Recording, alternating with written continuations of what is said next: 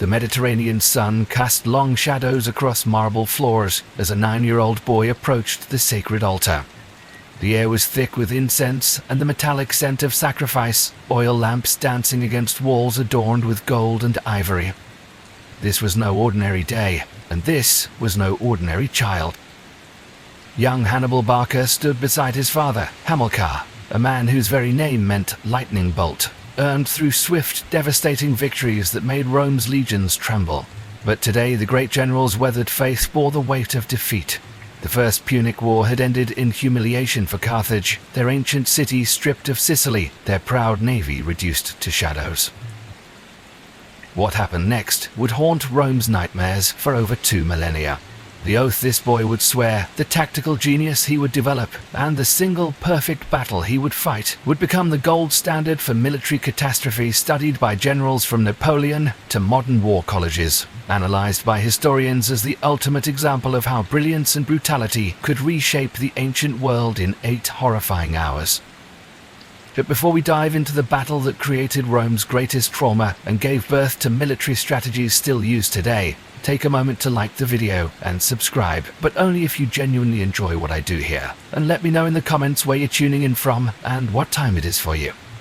It's always fascinating to see who's joining us from around the world as we explore the moment that changed everything.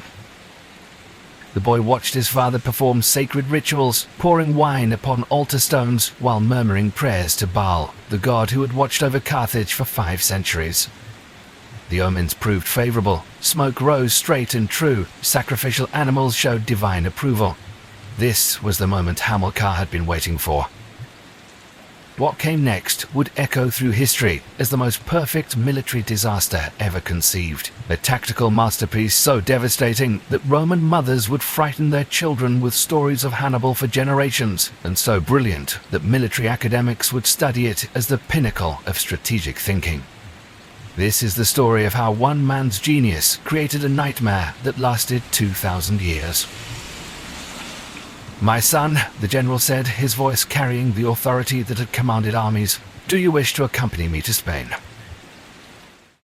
The child's eyes lit up with barely contained excitement. Spain, the land of silver and opportunity, where his father planned to rebuild what Rome had taken. "Yes, father, more than anything." But Hamilcar's expression grew grave. He took his son's small hand and led him closer to the altar, where sacred flames cast dancing shadows on their faces. "Then you must swear an oath, boy. Place your hand upon this sacrifice and swear to me, swear to our gods, and swear to Carthage herself that you will never, never become a friend to Rome." The words hung in the air like thunder. 9-year-old Hannibal looked into his father's eyes and saw not just a parent, but a man whose heart burned with the need for justice.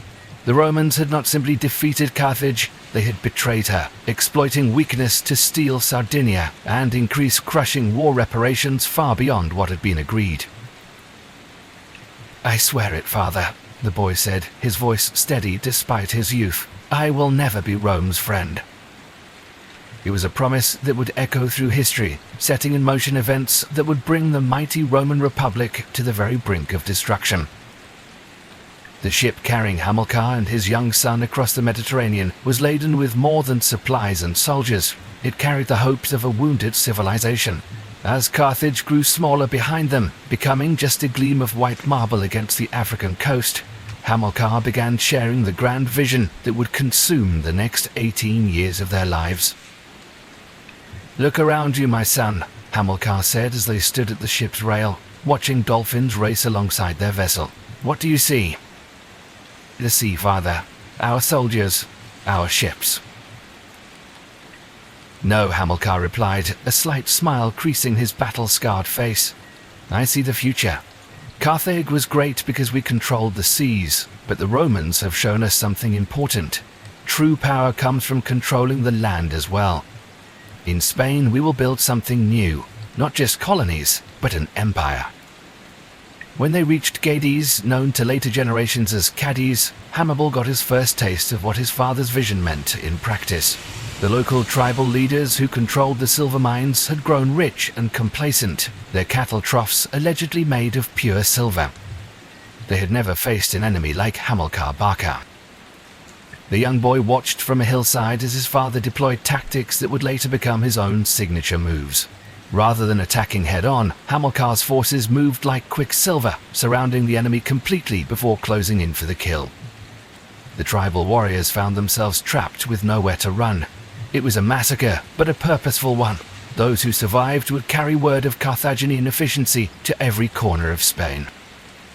But Hamilcar was no mere butcher. After the battle, Hannibal observed something that would shape his understanding of leadership forever.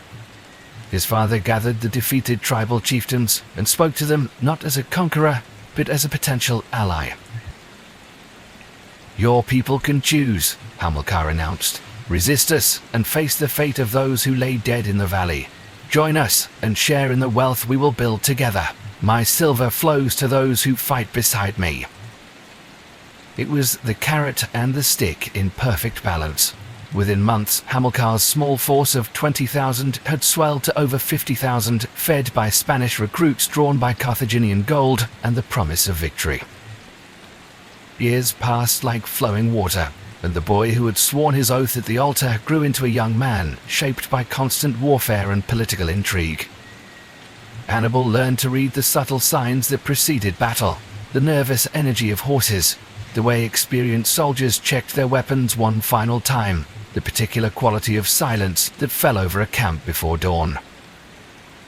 His education was unlike anything a Roman child would have received. While Roman boys learned rhetoric and law, Hannibal studied the art of war from masters who had been fighting since before he was born. His Spartan tutor, Soscelus, taught him Greek philosophy and history, filling his mind with stories of Alexander's conquests, but it was the practical lessons that truly formed him. "Watch the cavalry," Hamilcar would say as they observed mock battles. "See how they move. Cavalry is speed, boy. Cavalry is surprise. Infantry may hold ground, but cavalry takes it." Hannibal absorbed these lessons with the intensity of a young eagle learning to hunt. He spent his teenage years in the saddle, leading small units of horsemen in lightning raids against rebellious tribes. His natural talent for reading terrain and anticipating enemy movements soon made him invaluable to his father's campaigns. But perhaps the most important lesson came not from battle, but from tragedy. Hannibal was 18 when the messenger arrived with news that would change everything. A tribal ambush had gone wrong. Hamilcar Barca, the lightning bolt himself, was dead. That night, as Hannibal sat beside his father's funeral pyre, watching flames consume the body of the man who had shaped his entire world, he felt the full burden of his childhood oath settling on his shoulders like a mantle made of iron. He was no longer just Hamilcar's son. He was the inheritor of a sacred mission. But he would not inherit immediately. The Carthaginian army chose Hasdrubal the Handsome, Hamilcar's son-in-law, as their new commander. Hannibal accepted this decision without complaint, recognizing that his time had not yet come. Instead, he threw himself into serving as Hasdrubal's cavalry commander, perfecting the mobile tactics that would one day terrorize Roman legions across Italy. Under Hasdrubal's leadership, the Carthaginian presence in Spain transformed into something approaching a true empire. The crowning achievement was the founding of a new capital, New Carthage, built on a natural harbor surrounded by 4 hills, seemingly designed by the gods themselves for both commerce and war. From the palace windows, Hannibal could watch merchant ships arriving daily, their holds heavy with silver from inland mines. He saw warships taking shape in shipyards, their bronze rams gleaming in Mediterranean sun. Most importantly, he observed the steady stream of Spanish recruits arriving to join Carthaginian forces, young men drawn by tales of glory and the promise of silver. It was here that Hannibal truly began to understand the scope of what his father had begun. This was not simply about revenge against Rome, though that remained the ultimate goal. This was about transforming Carthage itself from a maritime trading empire into something that could match Rome's land-based military machine. But then, once again, tragedy struck like lightning from a clear sky. Hasdrubal the Handsome fell to an assassin's blade, not in battle, but in his own palace, killed by a slave seeking revenge for some long-forgotten grievance. In a single moment, the carefully constructed edifice of Carthaginian Spain found itself without a leader. This time, there was no question about succession. The army's choice was unanimous. 25-year-old Hannibal Barca would take command of the most powerful military force in the Western Mediterranean. The man who assumed command in 221 BC bore little resemblance to the 9-year-old boy who had sworn his oath 16 years earlier. Hannibal had grown into someone who commanded attention without saying a word, not through physical intimidation, but through an intensity of focus that made veteran soldiers believe he could see straight through to their souls. His appearance remained distinctly Mediterranean: dark hair, olive skin, and eyes that seemed to catalogue every detail. He was not tall by Germanic or Roman standards, but he carried himself with the confidence of someone who had never known defeat. More importantly, he possessed that rarest of qualities in a commander: the ability to inspire absolute loyalty in men who had nothing to gain from following him except the privilege of sharing in his victories. Spanish recruits who barely understood Punic would have followed him into the underworld itself. Veteran Carthaginian officers saw in him everything that had made Hamilcar great, but sharpened by youth and ambition. But Hannibal was more than just a charismatic leader. His years as cavalry commander had revealed tactical innovations that would revolutionize ancient warfare. Where most generals thought in terms of infantry formations clashing head-on, Hannibal saw battles as three-dimensional puzzles to be solved through speed, deception, and creative use of terrain. His first independent campaigns showcased abilities that left experienced observers struggling to understand what they had witnessed. Facing numerically superior enemies, he would divide his forces in ways that seemed suicidal, only to reveal that each division was precisely positioned to complete a perfect envelopment. Enemy commanders would find their armies surrounded and destroyed before they fully understood. The Spanish silver flowed like water to reward these victories, and Hannibal used it with calculated generosity. His soldiers ate better than most civilians, wore equipment of the finest quality, and could expect shares of plunder that would make them wealthy men. But even as he consolidated control over central Spain, Hannibal's attention increasingly turned toward the coast, specifically toward a small city called Saguntum that would provide Rome with the excuse it had been seeking. The Roman embassy that arrived in New Carthage in late 220 BC carried themselves with the particular arrogance Romans reserved for those they considered barbarians. They had sailed directly into the heart of Carthaginian power, apparently confident that their mere presence would be sufficient to cow the young general who had dared to threaten Roman interests. They were catastrophically wrong. Hannibal received them in the Great Hall, seated on a throne carved from Spanish ivory and adorned with silver from the Rio Tinto mines. Around him stood the officers who would one day terrorize Italy: his brother Mago, the Numidian cavalry commander Mahabal, and a dozen others whose names would become synonymous with Roman nightmares. The Roman spokesman launched into his prepared speech about Saguntum being under Roman protection. His tone suggested he was conferring a great favor by giving Hannibal the opportunity to back down gracefully. Hannibal listened in silence, his expression revealing nothing. When the Roman finished speaking, the young Carthaginian rose slowly and walked to a great map painted on the hall's eastern wall. It showed the western Mediterranean in exquisite detail, Carthage and her territories in gold, Rome and her possessions in red.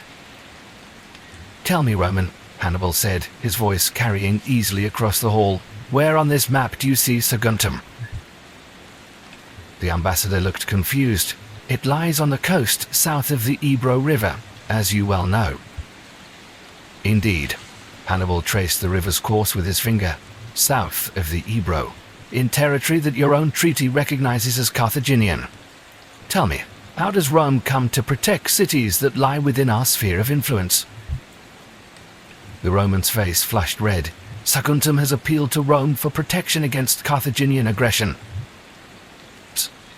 Hannibal turned back to face his visitors, and for the first time he smiled. It was not a pleasant expression. "Just as the Mamertines appealed to Rome for protection in Sicily, beginning the war that cost us our island.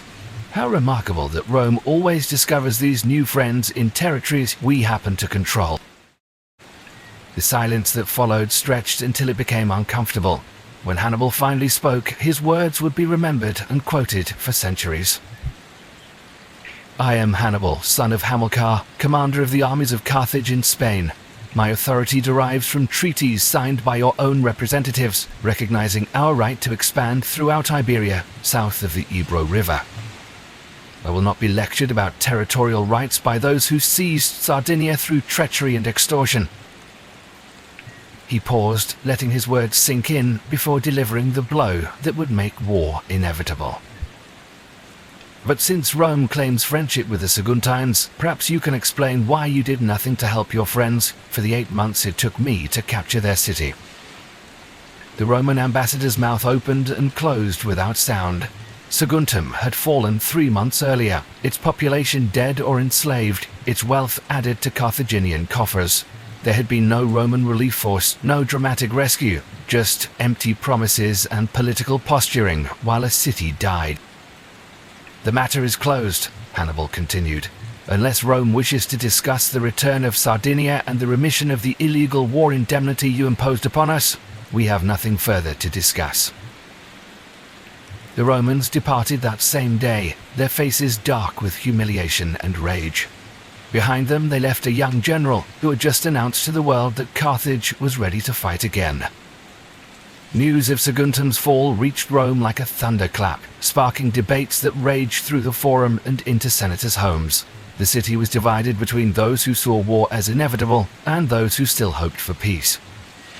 At the center of the peace faction stood Quintus Fabius Maximus, a man whose very name would become synonymous with cautious strategy. Fabius was old enough to remember the cost of the First Punic War. The endless casualties, the crushing financial burden, the 23 years of grinding conflict that had nearly bankrupted both civilizations. He argued passionately for one final diplomatic mission, one last chance to avoid the catastrophe he saw approaching. We must at least try, he told the assembled Senate. War with Carthage is not like war with Gauls or Germans. These are not barbarians to be crushed in a single campaign. They are our equals in civilization, and now they may be our superiors in military strength. If we fight, we may lose everything. But the war party, led by younger senators who had not experienced the previous conflict's horrors, carried the day. Rome's honor had been insulted, they argued. Roman allies had been murdered. To let such crimes go unpunished would invite aggression from every corner of the Mediterranean. The embassy that sailed for Carthage in early 218. The scene that followed in Carthage's Senate house was one of the most dramatic in ancient history. The Roman ambassador stood before the assembled Carthaginian nobility and pointed to the folds of his toga. "Here," he declared, "I carry both peace and war. I will let fall whichever you choose." The Carthaginian response came not from the official speaker, but from the crowd of senators itself. Even those who had long opposed the Barcid family's aggressive policies recognized that surrendering Hannibal would mean the end of Carthaginian power in Spain. Their shout echoed through the chamber and across the Mediterranean. "We choose war." Far away in New Carthage, Hannibal received word of the Senate's decision while reviewing his forces in the great harbor his predecessor had built. The sight that greeted him would have struck terror into any enemy's heart. Rank upon rank of perfectly equipped soldiers representing the finest military traditions of 3 continents. The Carthaginian heavy infantry stood in perfect formation, their bronze armor gleaming in Spanish sun. These were professional soldiers, many veterans of his father's campaigns, trained to fight in disciplined formations that had made the original Carthage a Mediterranean power. Beside them stood Spanish allies who formed the army's backbone, tough mountain fighters armed with deadly falcata swords, their loyalty purchased with Carthaginian silver and sealed with shared victories. These men had learned to fight not just for plunder, but for the glory of serving under a general who had never known defeat. Behind the infantry, Numidian horsemen sat easily on their small, quick mounts, javelins ready for lightning strikes that could shatter enemy flanks before infantry could respond.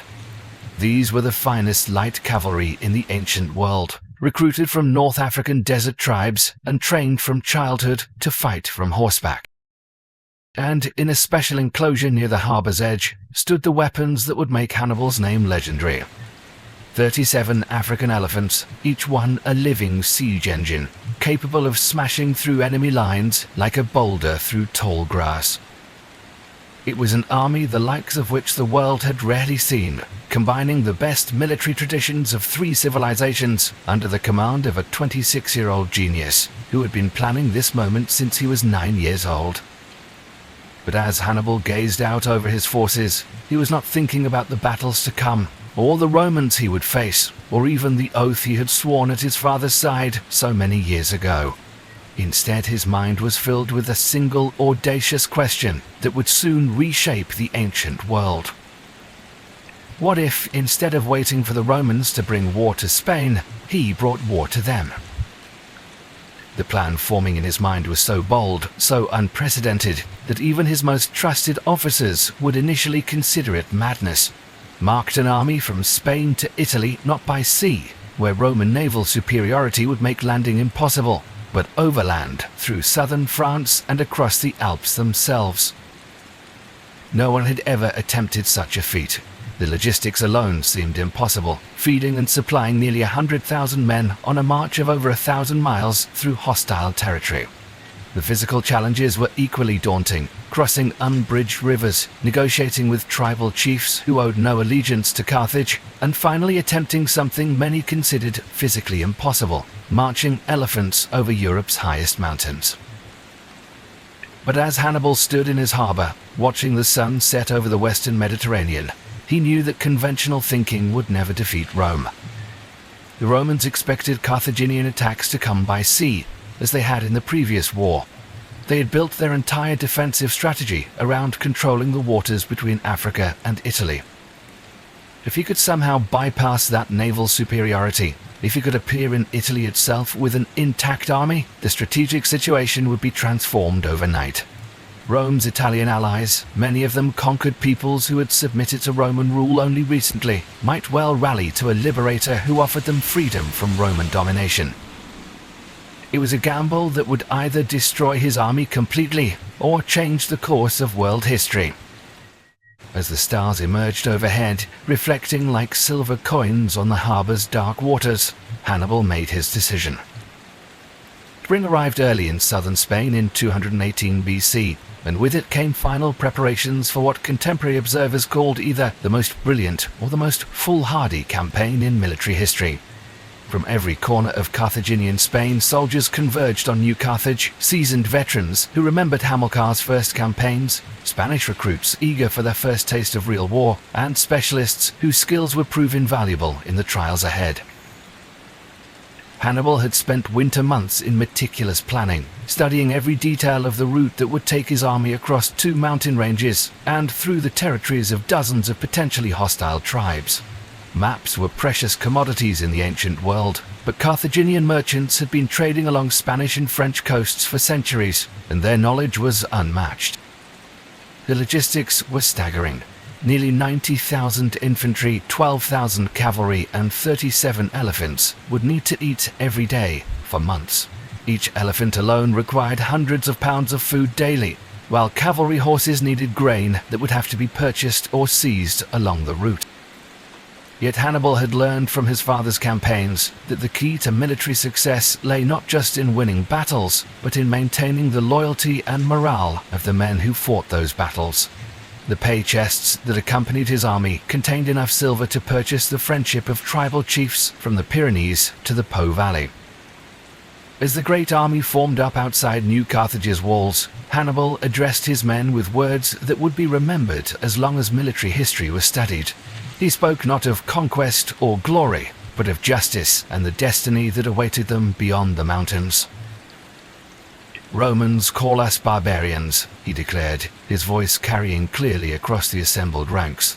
"They tell themselves that we are pirates and raiders, unworthy to stand against their legions. Today we begin a march that will prove who the true barbarians are, those who honor their treaties or those who break them for profit." The cheers that greeted these words could be heard miles away, echoing off the hills that surrounded New Carthage like thunder rolling across the Spanish plain.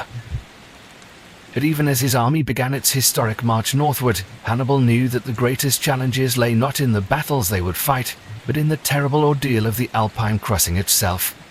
No one knew if it was even possible to bring elephants across those frozen peaks, or whether his army would emerge on the Italian side as a fighting force or a mob of exhausted refugees.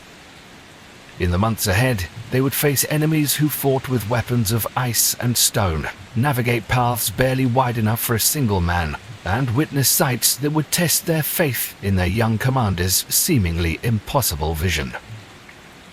Yet they marched on, driven by the promise that beyond those mountains lay Rome itself, the eternal city that had never known the tread of foreign armies within its walls. Soon, if the gods willed it, and their general's genius proved equal to the task, that would change forever. The boy who had sworn his oath 16 years earlier was about to keep his promise in the most spectacular way imaginable, and the ancient world would never be the same. The messenger's words echoed through the marble halls of the Roman Senate like thunder. Saguntum has fallen. This was not just any defeat. This was a declaration of war from a young general who dared to challenge the greatest military power the world had ever seen. What the Romans didn't know was that Hannibal wasn't planning to wait for their legions. He was about to attempt something so audacious that even today it defies belief.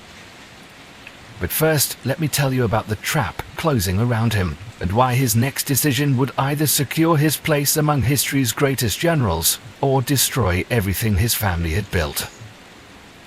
Summer 218 BC found Rome preparing for war with methodical efficiency. In the Senate House, the war faction had triumphed completely.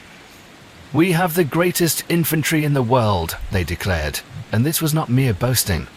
The Roman legions were disciplined citizen soldiers who fought not just for pay, but for Rome's glory itself. Yet the legions were only part of Rome's terrifying advantage. What truly made the Republic unstoppable was their seemingly limitless manpower reserves. Defeated enemies weren't simply enslaved, they were offered a choice that was really no choice at all. Some cities received full citizenship, others a Soviet status, but all provided troops when Rome called. The result was a virtuous circle of conquest. More citizens meant larger armies meant more conquests meant more citizens. By 218 BC, Rome could field forces that dwarfed anything Carthage possessed.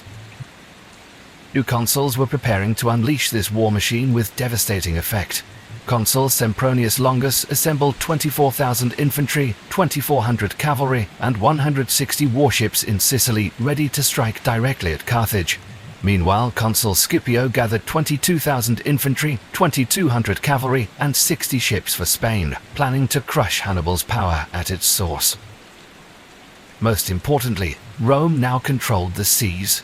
Carthage's naval supremacy had been destroyed in the First Punic War. Rome held Sicily, Sardinia, and Corsica, perfect staging grounds for attacks. The Mediterranean was essentially a Roman lake. Against such forces, conventional wisdom suggested Hannibal's only choice was defensive warfare. It's what any sensible general would have done. But Hannibal was not any general, and what he was planning bordered on madness. Strange reports began reaching Rome from across the Mediterranean. Hannibal was moving not defensively, but with purposeful energy. Ambassadors carrying Carthaginian gold were appearing before Gallic chieftains. Ships loaded with supplies moved north. Most puzzling, the great Carthaginian army seemed to be gathering not for siege, but for march. Where could he possibly be going? By land, the only path from Spain to Italy led through hundreds of miles of hostile territory, across unbridged rivers, over mountain ranges most considered impassable for large armies. But Hannibal had been thinking about this problem since childhood. He understood Rome's secret. Those endless manpower reserves depended entirely on Rome's control of Italy itself. The Italian peninsula was not truly Roman. Roman colonies dotted the countryside, but the bulk of Rome's allies were conquered peoples who had submitted because they had no choice. What if a great enemy appeared not at Rome's frontiers, but in Italy itself? What if these reluctant allies saw Roman legions fleeing in defeat? How many would remain loyal then? The answer, when it came to Hannibal, was breathtaking. You march overland.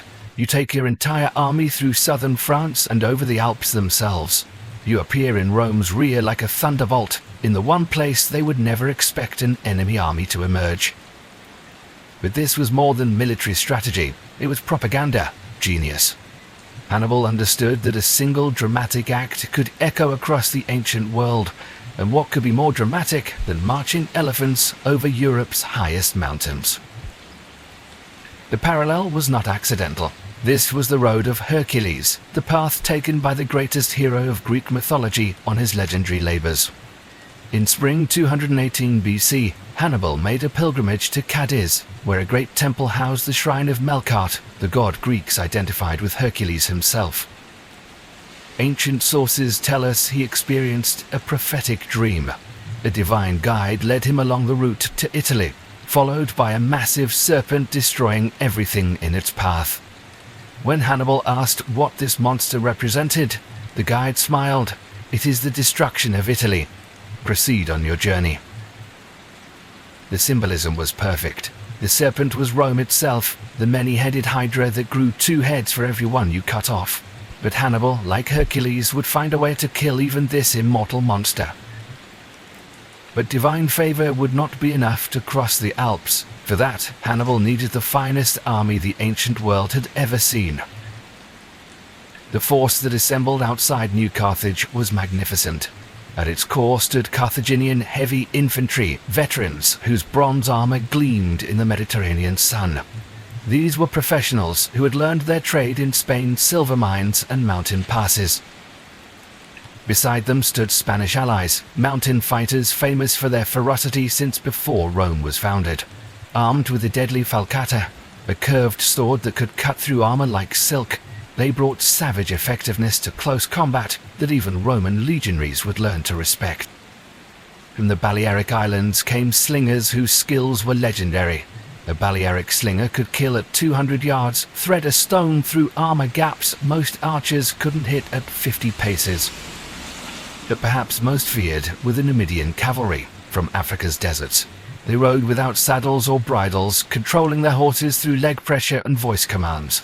Like centaurs, they seemed single creatures rather than man and horse. These were the finest light cavalry in the ancient world, capable of appearing from nowhere to devastate enemy flanks. And then there were the elephants, 37 African giants, each a living siege engine capable of smashing through enemy lines like boulders through grass. Most had been captured in Morocco's Atlas Mountains, standing 8 feet tall, but one stood apart, Surus, the Syrian, a true giant from India's forests. Standing 9 feet tall with only one tusk, Surus was large enough to carry a fighting platform from which Hannibal could command battles. What made this army truly formidable was how perfectly these diverse elements complemented each other. Where Romans relied on citizen legions, Hannibal had created something more flexible, more adaptive.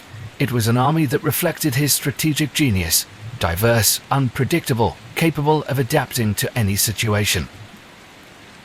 But could such a force accomplish what Hannibal was planning? As the great army prepared to leave New Carthage, that question haunted even his most loyal officers. The march began in late spring with 90,000 infantry, 12,000 cavalry and 37 elephants. But as they approached the Pyrenees, Hannibal faced his first test. Mountain tribes weren't all friendly, and fighting was inevitable. By the time they emerged north of the Pyrenees, numbers had dramatically reduced. Only 50,000 infantry remained from 90,000. Cavalry had shrunk from 12,000 to 9,000. Some losses came from battle, others from garrison duties, but many were simply desertions. Yet those who remained represented the absolute cream of Hannibal's forces. These were men who had chosen to follow their general not because they had to, but because they believed in him. They had seen him turn defeat into victory, and they trusted him with fierce loyalty. As autumn approached and the army moved deeper into Gaul, Hannibal knew he was racing time. Every day brought winter closer, and winter in the Alps meant death for any unprepared army. Meanwhile, Consul Scipio was sailing west with his legions, heading toward what he assumed would be a conventional Spanish campaign. What could possibly go wrong with such solid, logical planning based on centuries of successful military experience? But Hannibal was already deep in Gaul, moving toward a confrontation that would shock the Roman world. The Rhone River was a formidable barrier, its waters swollen by mountain runoff and flowing with currents that could sweep away strong swimmers. For an army with elephants and heavy equipment, it represented exactly the obstacle that had made previous overland invasions so rare. The river's lower reaches were controlled by Massilia, whose inhabitants were firm Roman allies. Moving upriver, 4 days of marching brought them to a crossing point near future Arles. But even here, the western bank was held by the hostile Volcae tribe, clearly unimpressed by Carthaginian gold. Here was the situation that separated great generals from merely competent ones. Hannibal did something that revealed the tactical genius that would soon terrorize Roman armies. First, he purchased every boat and canoe available from friendly eastern tribes. Engineers worked through the night organizing a fleet of improvised vessels, but this was only the visible part of his plan. Under darkness, Hannibal dispatched his finest Numidian cavalry upriver to cross secretly and wait for a signal. For 5 days, armies faced each other across flowing water. The Volcae, confident in their position, settled into routine, taking positions each morning, returning to camps each evening. On the 6th day, Hannibal stood studying the sky upriver. Then came a thin smoke column, the signal he'd waited for. Immediately, he ordered the crossing to begin. The scene was extraordinary. Largest boats pushed out first, fighting the current. Behind came lighter vessels using the larger craft's wake. Most dramatic were the horses themselves, swimming alongside boats with handlers holding their reins. On the western bank, Volcae warriors prepared for slaughter, working themselves into battle frenzy. But just as Carthaginian boats reached shore, thunder of hoofbeats erupted from their right flank, wild Numidian war cries. The trap was perfect. While Volcae focused on the river crossing, Hannibal's cavalry had circled behind them, caught between horsemen on land and infantry from the river. Tribal warriors broke and fled. It was Hannibal's first masterpiece of tactical deception, but even greater challenges approached. The final challenge was getting 37 elephants across flowing water. Engineers lashed together massive rafts, covering them with earth until they seemed like riverbank extensions. Elephants, led by their mahots, walked onto what they believed was solid ground. Only when rafts were cut free and began drifting did the beasts realize they were floating. Some panicked, throwing hangers into the river. Several mahots drowned, but elephants proved surprisingly good swimmers. All 37 made it safely across. But news arrived that Roman ships had docked in Massilia. Consul Scipio and his legions were very close. Should Hannibal fight the Romans in Gaul or continue toward the Alps? Hannibal outnumbered Scipio and would have backed his tactical skills against any Roman general. But time was his real enemy. It was already late summer and Alpine crossing would become impossible once winter set in. More importantly, his entire strategy depended on appearing in Italy as a liberator. He needed to be physically present on Italian soil to begin turning Roman allies. The decision was made easier by ambassadors from the Boii, a Gallic tribe in northern Italy, under Roman rule. These envoys brought exactly the news Hannibal hoped for, confirmation that many Roman allies were ready to defect if they saw realistic chances of throwing off Roman domination. So Hannibal made his choice. Instead of fighting Scipio, he would continue toward the Alps. 3 days later, when the Roman consul arrived expecting to find a Carthaginian army, he found only abandoned camps and elephant tracks leading north. Polybius recorded Scipio's reaction. He was astounded to find that the enemy had already pressed on, as he had felt certain that they would never venture to advance into Italy by this route. But Hannibal had ventured to advance, and now came the test that would either vindicate his strategy or destroy his army completely. The Alps rose like heaven's walls, snow-capped peaks disappearing into clouds. For Mediterranean soldiers, the sight was overwhelming. How could mortals cross such barriers? How could elephants survive in that frozen wilderness? The first climbing days were pleasant. Weather stayed warm, paths reasonably good, local tribes neutral or helpful. 4 days from the Rhone, they encountered good fortune, a Gallic tribe torn by civil war, 2 brothers fighting for the throne. Hannibal backed the brother who seemed more likely to honor Carthaginian interests, earning supplies, warm clothing, and guides. But entering Alabrogi's territory, reception changed ominously. This fierce tribe hadn't been impressed by Carthaginian gold. They shadowed the column from heights, warriors appearing as distant figures, always watching, but not yet attacking.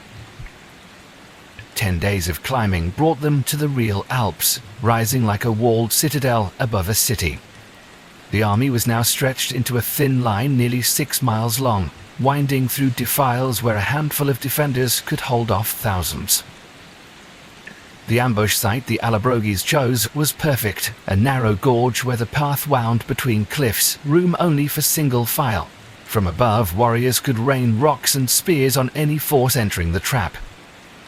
Should have meant certain death, but didn't. Hannibal's scouts detected the ambush first. That night, hundreds of campfires created the impression of an army settling for comfortable rest. Satisfied the Carthaginians were going nowhere, tribal warriors returned to their camps. As darkness fell, hand-picked Carthaginian troops began their own climb. Moving with professional silence, they made their way toward the very positions Alabroges had abandoned. Dawn brought shock that would be repeated across Italy. Alabroges returned to find Carthaginian soldiers already occupying the heights, while the main army began passage through the gorge below. But even tactical brilliance couldn't prevent all losses. The baggage train proved irresistibly tempting to raiders. Pack animals were driven off precipices by panicking horses. Men fell to their deaths when rock slides blocked paths. Yet discipline held, and by day's end, Carthaginians had captured the abandoned stronghold, recovering supplies. 2 days later came an even more dangerous trap, attack from behind, while the vanguard was too far ahead to help. But Hannibal had anticipated this, placing his finest heavy infantry at the rear. When attack came, veterans were ready. Narrow paths channeled attackers into killing zones where Spanish falcatas and Libyan spears did deadly work, but elephants truly saved the day. Gallic warriors had never seen such creatures. When Surus and companions appeared through mountain mist, trumpeting rage, even the bravest tribesmen fled in terror. Yet even as tactical genius continued saving his army, the mountains began exacting a price no military skill could avoid. 9 days of climbing brought them above 2,000 feet, where air grew thin and every breath was struggle. Worse than altitude was weather. Summer was ending, and in high Alps, that meant snow. At first just light dusting on peaks, beautiful and remote. But as they climbed higher, snow began falling around them. What started as inconvenience became a deadly enemy, killing more efficiently than any human foe.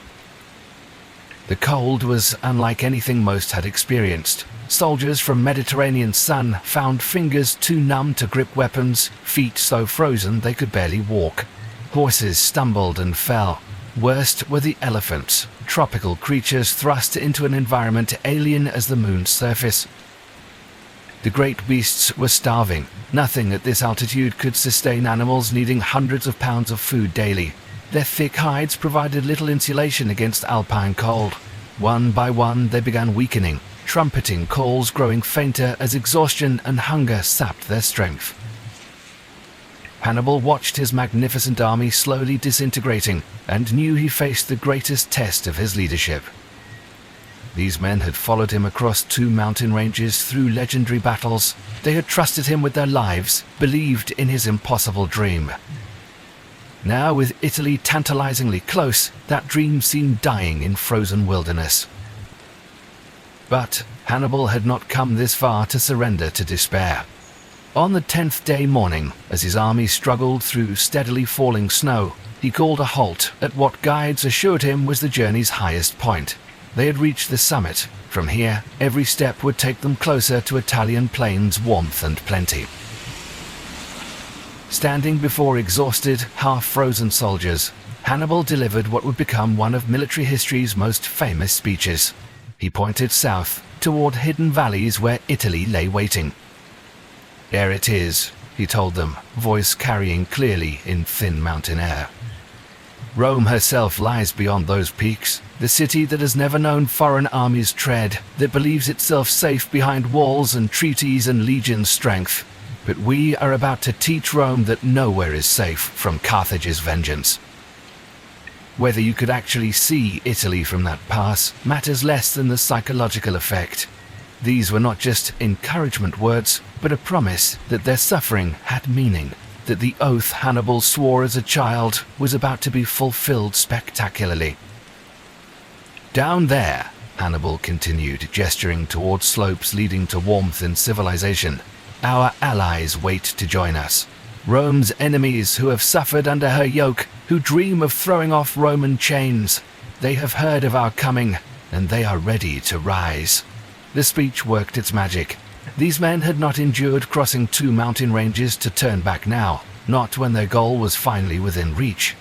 Knowledge that every step from here would be downhill, that they were past the worst ordeal, gave them strength they didn't know they still possessed. But even as hope returned, Hannibal knew the greatest danger still lay ahead. Alpine descent could be more treacherous than the climb. Narrow paths made slippery by ice and snow, precipices claiming anyone who made a single misstep, and always the knowledge they were entering unknown territory where Roman armies might already be waiting. And there were still the elephants to consider. Of 37 magnificent creatures that began this journey, how many would survive to see Italy's plains? How many would be fit for battle against legendary Roman legions?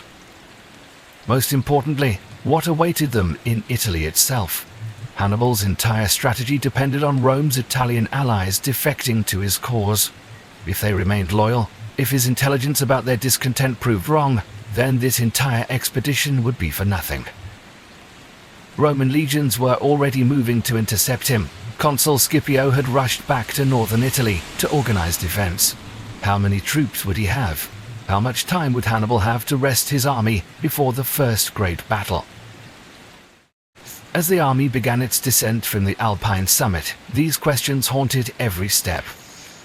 But they also drove men forward, because now there could be no retreat, no alternative to complete victory or complete destruction. They had crossed the point of no return. The boy who had sworn his oath in Carthage's temple 16 years before was about to face the ultimate test of that promise. Rome lay just beyond the next range of peaks. Soon, very soon, Legion eagles would clash with Carthaginian standards in battles that would determine the ancient world's fate. The descent had started, and with it the next chapter in history's greatest military adventure. In valleys below, Roman commanders frantically organized defenses against an enemy they never expected to face on Italian soil. Soon, they would learn what it meant to face a general who had dared to march elephants over Europe's highest mountains, who had turned the impossible into inevitable, through sheer will and tactical brilliance beyond anything the ancient world had ever seen. The Alps had tested Hannibal's army and found it worthy. Now it was Rome's turn to face that test. Winter was approaching, but Hannibal's war was just beginning. The ancient poet Silius Italicus captured the moment perfectly in his epic Punica, written almost 3 centuries after the events themselves. Slowly the soldiers moved, with lagging steps, dreading that they had crossed the spreading globe only to pass into forbidden realms in defiance of nature and heaven. But Hannibal was having none of it.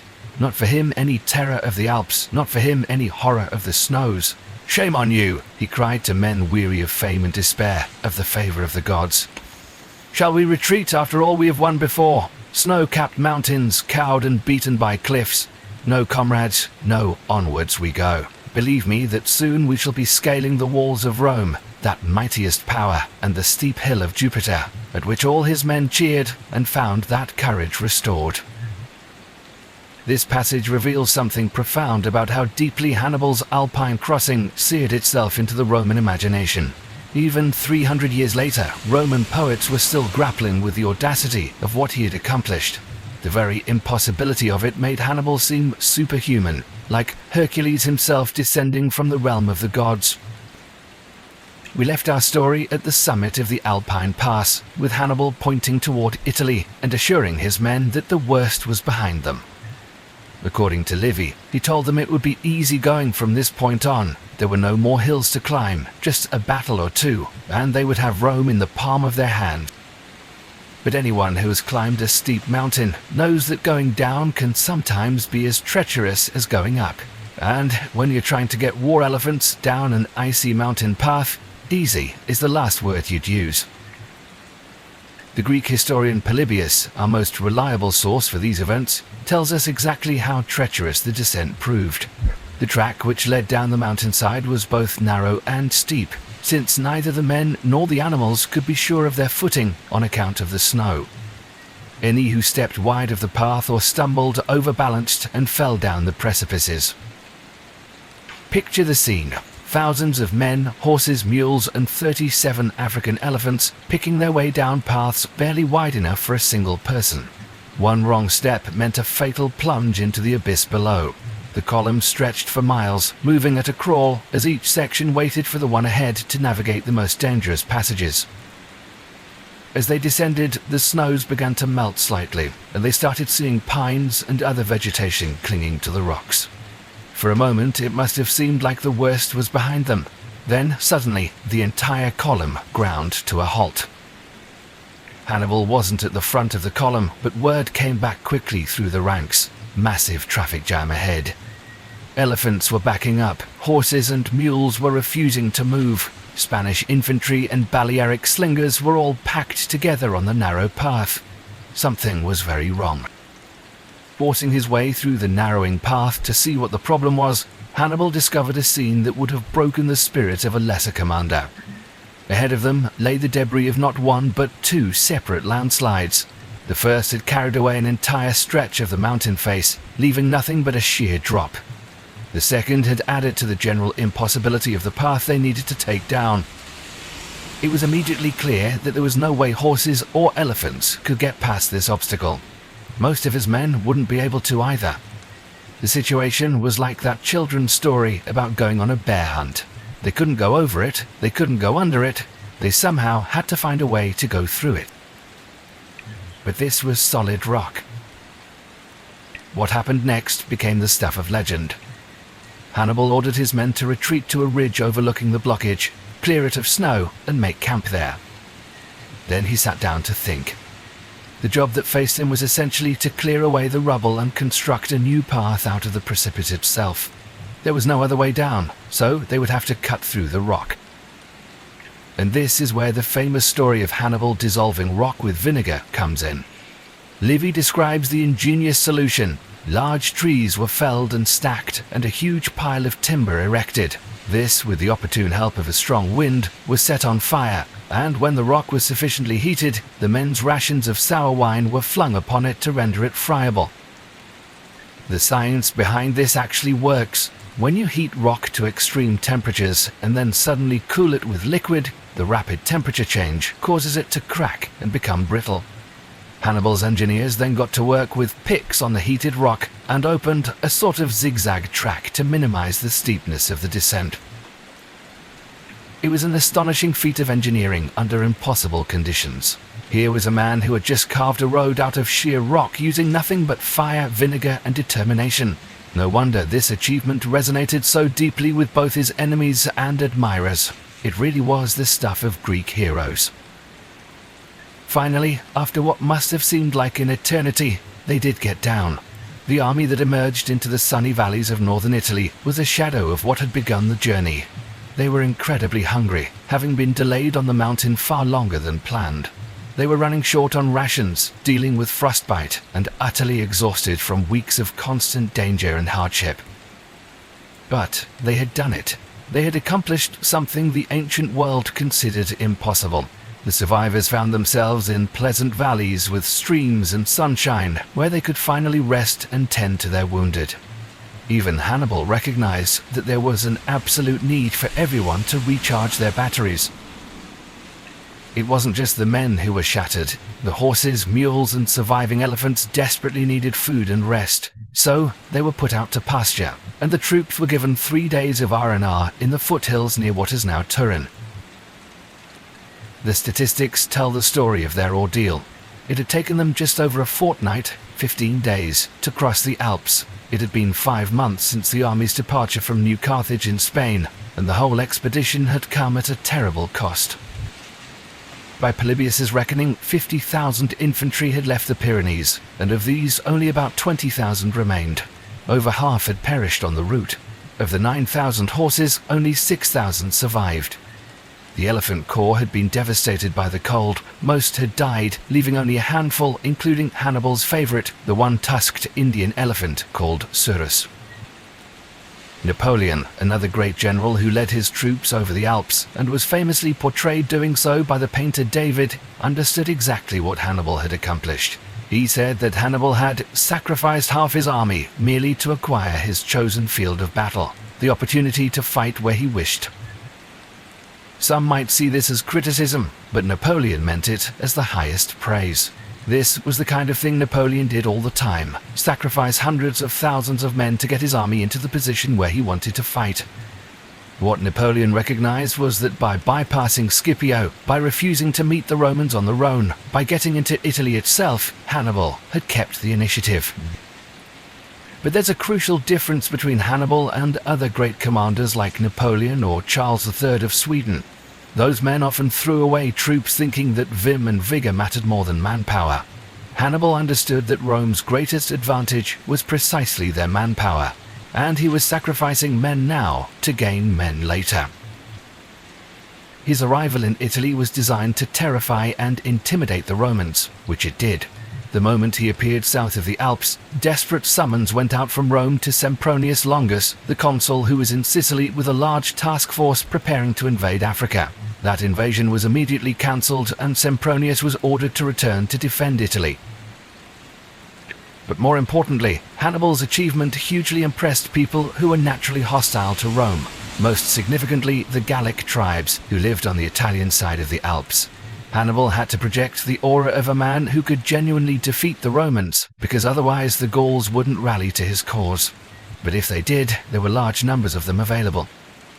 His descent from the Alps with elephants was the perfect propaganda coup. As historian Yves MacDonald puts it, as news of his approach reached the Roman population, it must have seemed like the coming of a supernatural force. The same was true for the Gauls. He had followed the road of Hercules, descended from the snowy peaks like a demigod, and done it with elephants. It was a stupefying achievement. And it worked immediately. The moment Hannibal arrived in the Po Valley, one tribe called the Insubres flocked to his banner. To demonstrate to other Gallic tribes that he was a friend worth having, Hannibal immediately took their side against a rival tribe, stormed their stronghold, and showed that he had the muscle to back up his promises. The result was exactly what he'd hoped for. More Gallic tribes across northern Italy pledged to join his cause. Within a very short time, his 20,000 remaining infantry had swelled to 28,000, or 30,000, and with Gallic cavalry reinforcements, he now commanded about 10,000 horsemen. There was just one problem. The vast majority of these potential Gallic recruits was separated from Hannibal by Roman legions. Scipio, the consul who had raced back from Marseille to try to block Hannibal's path, was now positioned between Hannibal and the reinforcements he hoped to get. For most commanders, this would be a serious problem. For Hannibal, it was an opportunity. What he was always looking for was the chance to engage the Romans in battle, and hopefully destroy them. The fact that he now had Scipio's legions directly in his path was perfect. Bring it on. He wanted to win a decisive battle against the Romans before the winter season made campaigning impossible, and time was running short. It was late autumn, almost winter, with the solstice approaching and snow starting to fall in the plains of northern Italy. The first clash between Romans and Carthaginians on Italian soil happened when both sides, struggling with poor visibility in snowstorms, sent out cavalry to reconnoiter. The Roman cavalry was led by Scipio himself, accompanied by his young son Publius Cornelius Scipio, a figure who would feature prominently in the later Hannibal story. They ran straight into the Numidian cavalry, and the encounter went exactly as you'd expect. Roman cavalry was adequate at best. Numidian cavalry was the finest in the world. Scipio and his men retreated across a river called the Ticinus, having clearly lost this opening skirmish. but Rome knew its strength lay in infantry, not cavalry. Scipio joined up with his main body of men and began maneuvering to find the best defensive position, somewhere that would provide scope for prosecuting the war against Hannibal. He found it by a river called the Trebia, where he set up camp and waited for Sempronius and his men to arrive from Sicily. Hannibal camped nearby, and now came the crucial question. With winter approaching, both armies would normally retreat to winter quarters. But Hannibal wanted to force the issue. He needed to smash the Romans to impress the Gauls he was trying to bring over to his side.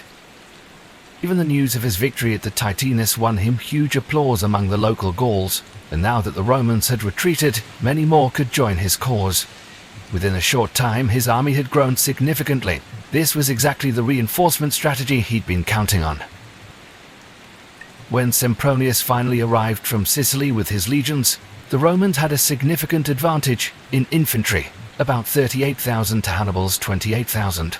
But Hannibal still had more cavalry, and the Romans were always deficient in that arm. Interestingly, Sempronius was also under pressure to force a battle because his consulship was coming to an end, and he wanted a victory to round off his time in office. These were the political pressures of Rome acting to force the issue, exactly what Hannibal was counting on. Hannibal understood Roman psychology perfectly. Through his incredible mastery of intelligence, which Romans saw as somehow cheating, he knew that both consuls were spoiling for a fight. The Romans even claimed he'd been going around undercover, disguised with wigs of various colors and changes of clothing to spy on them personally. Whether or not that was true, Hannibal was certainly clever enough to use their urgency against them. He knew they were desperate to force the issue, and he was going to exploit that desperation. The scene of the first great military clash between Hannibal and the Roman Republic was set for dawn on a very wintry morning, shortly before the winter solstice. The Romans were camped on the floodplain of the Trebia River. It was icy cold, with gusts of sleet, and it was so early that the legionaries were only just starting to stir in their tents. Then, suddenly, from the sentries on the watchtowers of the camp came cries and the blaring of trumpets. There was an enemy attack underway. Sempronius was quickly summoned to the ramparts, and looking out, he saw that the attack was being launched by the terrifying Numidian cavalry. They were riding up to the camp, hurling spears, wheeling back, withdrawing, then coming back and firing more spears. Sempronius, according to Polybius, was convinced that this must be the advance guard of Hannibal's main army coming towards him. Not wanting to be caught out, he ordered all his men to form ranks and advance to chase off the Numidians. Scipio, according to the same source, urged caution. This could be a trick, he warned. The legionnaires hadn't even had their breakfast yet. But Sempronius brushed aside these concerns. There wasn't time for breakfast. They needed to get out there and crush the Carthaginians immediately. So he ordered his cavalry out to drive off the Numidians, who promptly started retreating before the advance of the Roman cavalry. The legions, now in full battle formation, but with stomachs rumbling and wistfully thinking of breakfast, started marching out into the sleety dawn across the floodplain toward the Trebia. Picture the scene. Roman cavalry in the lead, seemingly chasing off the Numidians, with the infantry behind, squelching through the mud down toward the river. The Numidians splashed their way through the Trebia. The Roman cavalry followed, and the infantry had to do the same. So there they were on the far bank. Not only had they not had breakfast, but now they were soaked through. It was icy cold. Their tunics were starting to freeze to their legs, but they carried on marching forward. They were aware there might be a risk of ambush, so those on the right flank kept looking out for clumps of trees where Gauls might be hiding. But, as Polybius describes the terrain, the ground was flat and treeless. There were no woods to be seen, only a watercourse with high overhanging banks that were densely overgrown with thorns and brambles. Obviously, there was no possibility that anyone could be hiding in something like that. That would require supernatural qualities of deception and treachery. Ahead of them, emerging through the sleet as the sun struggled through grey clouds, the Romans could see the Carthaginian battle line. Infantry in the center, as was traditional, cavalry on the wings, and in front of the cavalry, a screen of elephants. The elephants were a sufficiently intimidating sight even for men who'd had breakfast. But the Carthaginians had a distinct advantage beyond just the elephants. They looked well fed, well rested, and apparently protected against the sleet by having oiled themselves, a technique that actually does work when you don't have modern waterproofs. When the battle was joined, you might think Rome was already defeated. Not a bit of it. They were still the best. Heavy blood and guts spilled out and mingled with the mud and slush, making everything even more slippery. It was a hideous sight, with both sides fighting increasingly desperately. But meanwhile, on the wings, the elephants and Carthaginian cavalry had rolled back the Roman cavalry, who were always outnumbered and found it impossible to fight against elephants and Numidians. Then they wheeled in and started to attack the flanks of the Roman infantry. The Romans now found themselves surrounded on three sides by Carthaginian forces. And then, suddenly, in the Roman rear came a terrible cry from that watercourse with the brambles, you remember, the one where obviously no one could be hiding. It wasn't just infantry that emerged from those thorny banks. It was horses as well. Some 2,000 Numidians, half cavalry, half infantry, had been lying there with their horses lying down, stationed under the command of Mago, Hannibal's younger brother. The Numidians thought it was hilarious that they'd totally outsmarted the Romans. They went crashing into the rear of the Roman infantry, who were now basically surrounded. Unsurprisingly, the Roman line wavered, buckled, and then collapsed. All discipline was gone. Thousands of men fled back toward the Trebia any way they could, trying to weave their way past the Numidians in their rear. And as they retreated, this is always when armies really suffer casualties, the elephants were trampling them down, cavalry galloping after them and hacking them down. The slaughter was terrible, but not total. The center of the Roman battle line, about 10,000 men, had actually broken through the Carthaginian ranks and managed to wheel around and get back to the Roman camp in relatively good order. Nevertheless, it was a crushing victory for Hannibal. It was a literally chilling warning to the Romans of the genius of the enemy they were facing. And it was chilling because it was evident that Hannibal had completely thought himself into their sandals.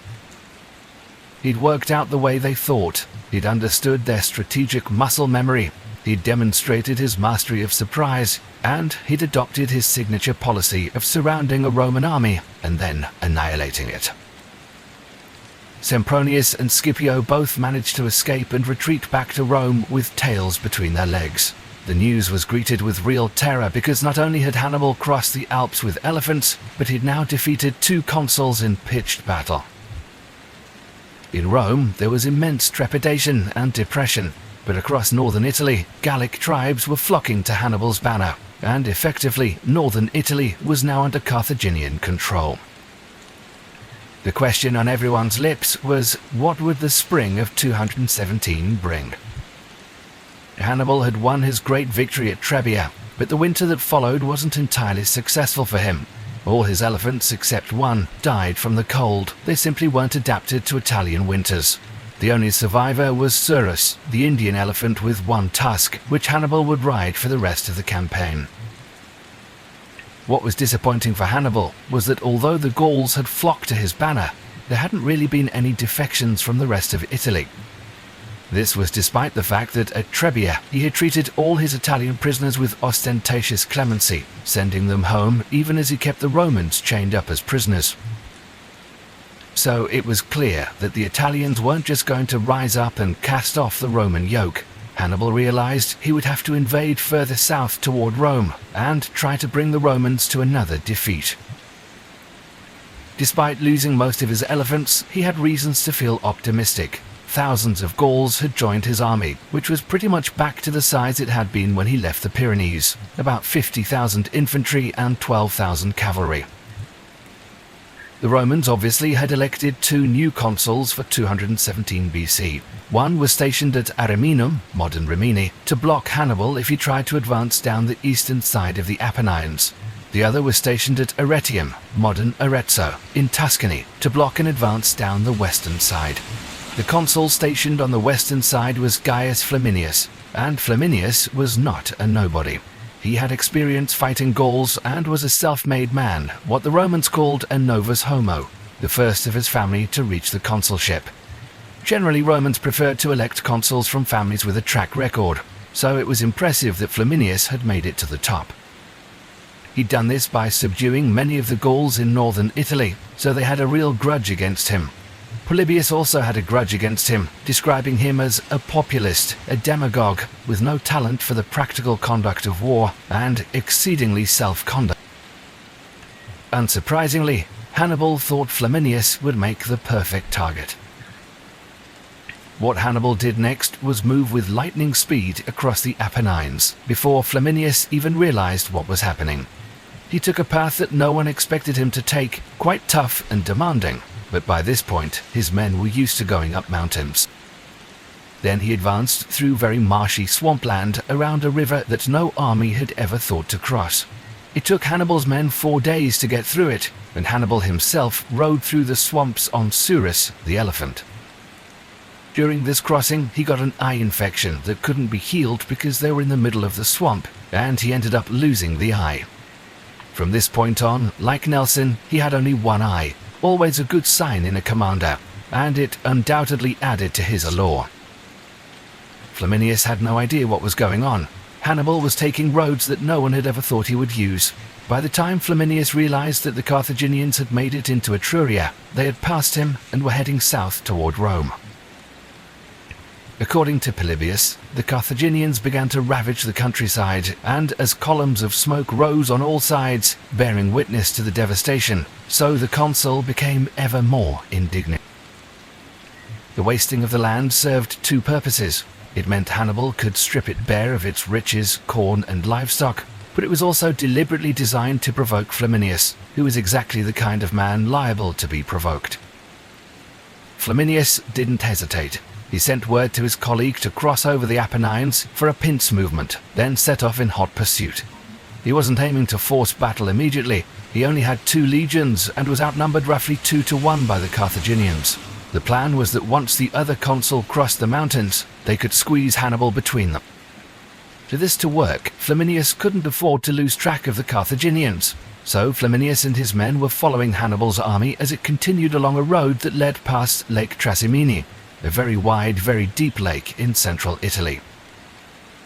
In the late afternoon of June 20th, 217 BC, the situation was this. Ahead of Flaminius and his men, the Carthaginians were continuing along this road, which ran between the lake on one side and an unbroken line of lofty hills on the other. Flaminius wasn't an idiot. He realized it would be very foolish to take a road like that, as the shadows were lengthening. So he decided to pitch camp on the edge of the lake and wait for morning to see where the Carthaginians were, before deciding whether to follow them along this very narrow road. Dawn broke with a very heavy mist hanging over the lake, and the road, and the foothills of the mountains. Flaminius couldn't see what lay ahead, so he sent scouts clattering down the road. They came back with brilliant news. They could see the Carthaginians ahead, could see their rear guard going over the hills beyond Lake Trasimene. They really needed to get a move on, or they'd lose them. So Flaminius ordered all action stations. The trumpets were blaring, everyone was getting ready, and they started moving along this road between the lake and the hills. Sure enough, the mist broke briefly, and Flaminius was able to see that Hannibal's rear guard was still in the process of climbing up the hills from the valley. He ordered his men forward, and the Roman vanguard crashed into what Flaminius assumed was Hannibal's rear guard. The battle began. But just as it began, to the horror of Flaminius and the Roman column now stretched all along the road between the mountains and the lake, they heard the sudden blaring of war trumpets from the mist-swathed heights above them. Then they heard the mass battle cries of some 30,000 men, Africans, Spaniards, and especially Gauls. The Gauls had real beef with Flaminius, and according to Polybius, the sudden appearance of the enemy took Flaminius completely by surprise. The mist blotted out all visibility, and with the attack being launched from higher ground and from so many points at once, the centurions and military tribunes were not only unable to issue any of the necessary orders, but even to grasp what was happening. They found themselves under attack simultaneously from the front, the flanks, and the rear. The whole thing was a trick. Hannibal had pulled off his favorite stunt again, enveloping and surrounding an enemy, then pressing in and crushing them to death. The Romans were doomed. There was no way they could get out of a trap like this. They fought hard for 3 hours, which was impressive under the circumstances, but Hannibal's men had doubled back in the night to take up positions along the line of hills, leaving some men to pretend to be the rear guard to tempt the Romans in. There was no way the Romans could escape. Some tried wading out into the lake, but that was hopeless. They either drowned or were hunted down by horsemen splashing after them. Flaminius himself was cornered by a band of Gauls whom he had previously conquered, and they decapitated him and waved his head in triumph. It was like Custer's last stand, total annihilation. The vanguard, the men who had been sent ahead, did manage to break free of the trap initially, but they were subsequently cornered and taken prisoner. Flaminius's entire army, 25,000 men, was wiped out. The news was brought to Rome by a magistrate who climbed up onto the rostra in the forum to announce the result like he was announcing football scores. "We have been defeated in a great battle. We have lost the consul." There was worse to come. 3 days later, news arrived that a force of 4,000 cavalry, who'd been sent ahead by the second consul, expecting to join up with Flaminius, had been ambushed and wiped out as well. It was a massive emergency for the Romans. Fortunately, there were provisions within the Constitution of the Republic for such moments. They decided to suspend the rule of the city by the two consuls and appoint a single man to take their place. A dictator, literally, he who makes the decisions. This was a momentous decision because everything about the Roman Republic screamed against obeying a single leader. But the Constitution did provide for emergency powers, and the man they chose was Quintus Fabius Maximus, the same man who had possibly gone to Carthage and said, "I have peace and war in the folds of this toga." Fabius was celebrated for his qualities of prudence and moderation, but he was no dove. He was actually a very formidable general who had brought many tribes in the foothills of the Alps under Roman rule and celebrated a triumph for it. More than that, he was emblematic of everything the Romans admired in a statesman. He came from a distinguished family. His own grandfather had served as dictator in a previous crisis. He himself was 58 years old, and to the Romans, people in their late 50s were seen as excellent candidates to entrust with the future of the country. Fabius was inaugurated as dictator in a weird midnight ceremony so secret that no one really knew what was going on apart from those who officiated. From that moment on, Fabius was in command of Rome. He spent his first day making sure that no ritual or ceremony or sacrifice to the gods had been neglected, because the assumption was that the gods were angry and needed to be appeased. Next, he ordered the walls of Rome to be repaired and the bridges over the Tiber to be pulled down to make the city itself secure. He then set about recruiting 2 new legions to replace Flaminius's destroyed forces and joined them with the remaining consul's 2 legions, creating a field army of 4 legions, maybe 40,000 men, about equal to what Hannibal commanded. But he was not intending to engage Hannibal in battle. He realized that his men weren't sufficiently trained or battle-hardened. They needed time to become capable of fighting the Carthaginians. So instead, his policy was always to shadow Hannibal's men. As Plutarch describes it, if the Carthaginians kept their position, then he did as well. But the moment they moved, he would descend from the heights and draw up his men just far enough away to avoid being drawn into a battle that he had no wish to fight, yet near enough to inspire in Hannibal a fear that he was going to fight at last. These were unglamorous tactics, but they were effective. They could cut down enemy foraging parties, menace Italian cities that might be wavering in their loyalty to Rome, and all the time drill and train the raw recruits. Fabius was playing a long game, relying on Rome's institutional, economic, and manpower advantages. As long as he waited and didn't get tempted into a decisive battle, he would eventually win. This became a real issue when Hannibal invaded Campania, the rich lands around Naples, and started stripping it bare and torching the villas of various Roman luminaries. Fabius still wasn't tempted. He insisted they would continue to shadow Hannibal without engaging in battle. People in his army and back in Rome started to mutter, giving him hostile nicknames. One was Cunctator, the delayer. Another was Pedagogorus, the slave who carries a Roman schoolboy's books to school. Fabius was aware of this criticism, made worse by the fact that his leading critic was actually his own deputy, the man he'd appointed as Master of Horse, a former consul called Marcus Minucius Rufus. Matters came to a head when Hannibal needed to leave the Campanian plain. There was an obvious route he had to take, which Fabius had blocked with a garrison while stationing his own men on the heights looking down at the pass. Hannibal wasn't the kind of man to be outsmarted by conventional tactics. He waited until nightfall, then ordered all his men to light torches to make it look like they'd made camp. Then he got burning torches, tied them to the horns of a great herd of cattle, and whipped the cattle up the side of a hill away from the pass. The sentries on the pass, looking out into the dark, saw these torches moving up from the Carthaginian camp up the mountainside. It looked like the Carthaginians were trying to make a breakout in the dead of night along this route. So the garrison rushed off to where the torches were blazing, only to find a great herd of cattle. Meanwhile, Hannibal and his men had gone over the pass and made their escape. Fabius was made to look like an absolute fool, and criticism of him became so intense that his enemies in Rome forced a vote obliging him to share his powers equally with Minucius. Essentially, the dictator and master of horse were now equivalent to consuls, each commanding 2 legions. Hannibal was delighted by this, because what he wanted was a hot-headed Roman commander, and this was exactly what he had with Minucius. It wasn't long before he lured Minucius into a trap where his 2 legions were about to be wiped out. Fabius came storming down to the rescue. That evening, very shamefaced, Minucius led his men to Fabius's headquarters and saluted the commander he had so recently opposed as father. It was a noble moment. Minucius declared that he acknowledged and annulled the decree that had awarded him joint command, and Fabius embraced him and confirmed him as Master of Horse. The 6 months of Fabius's appointment as dictator passed with no more major engagements. People even back in Rome began to accept that his strategy had probably been a good one. But when he laid down his dictatorship, there was no feeling that this policy should be perpetuated.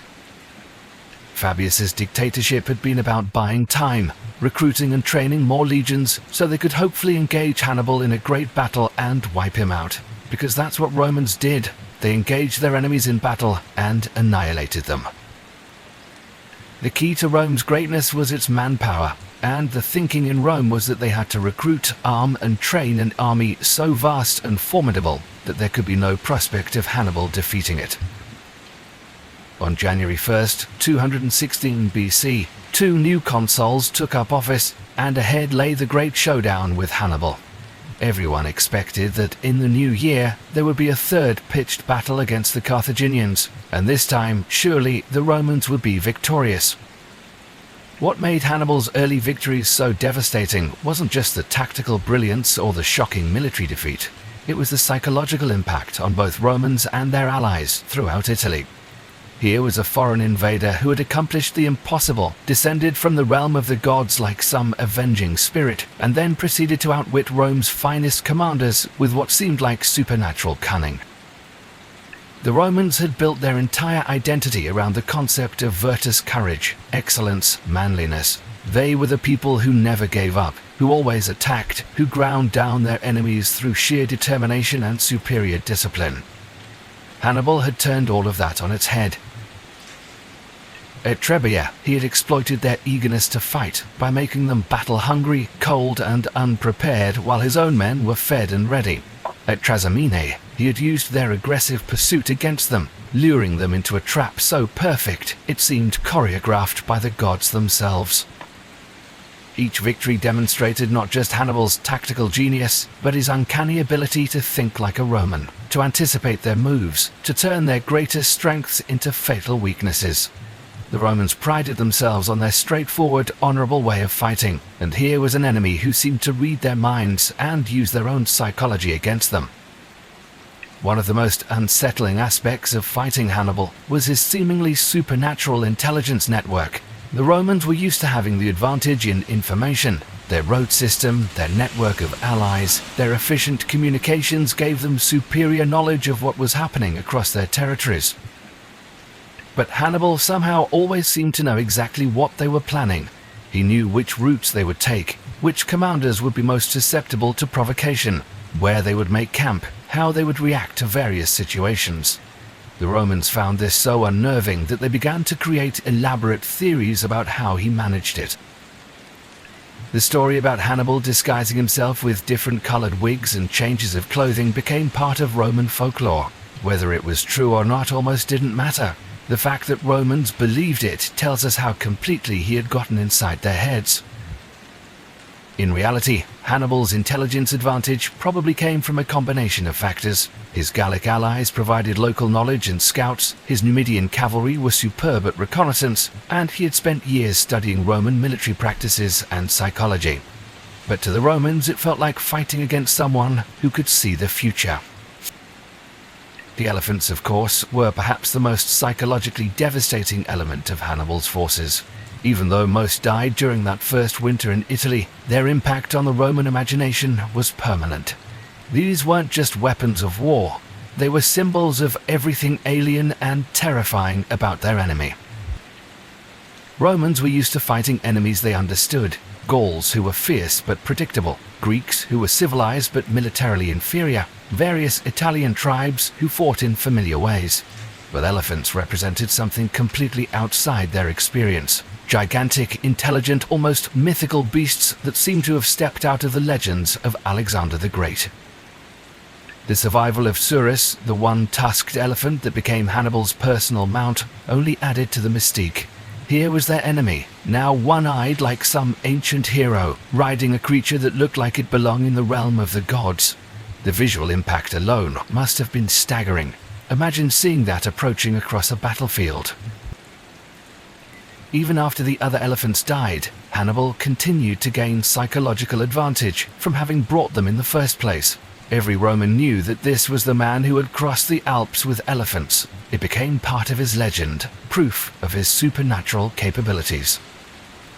Looking back, what Hannibal accomplished in these first months in Italy was perhaps the greatest strategic masterstroke in military history. With an army that had been reduced to less than half its original size, operating in enemy territory thousands of miles from home, he had managed to recruit his army back to full strength with local allies, defeat two separate Roman armies in pitched battle, establish psychological dominance over the greatest military power in the Mediterranean, force Rome to abandon its normal governmental procedures and appoint a dictator, control all of northern Italy and threaten the heartland of the Roman Republic.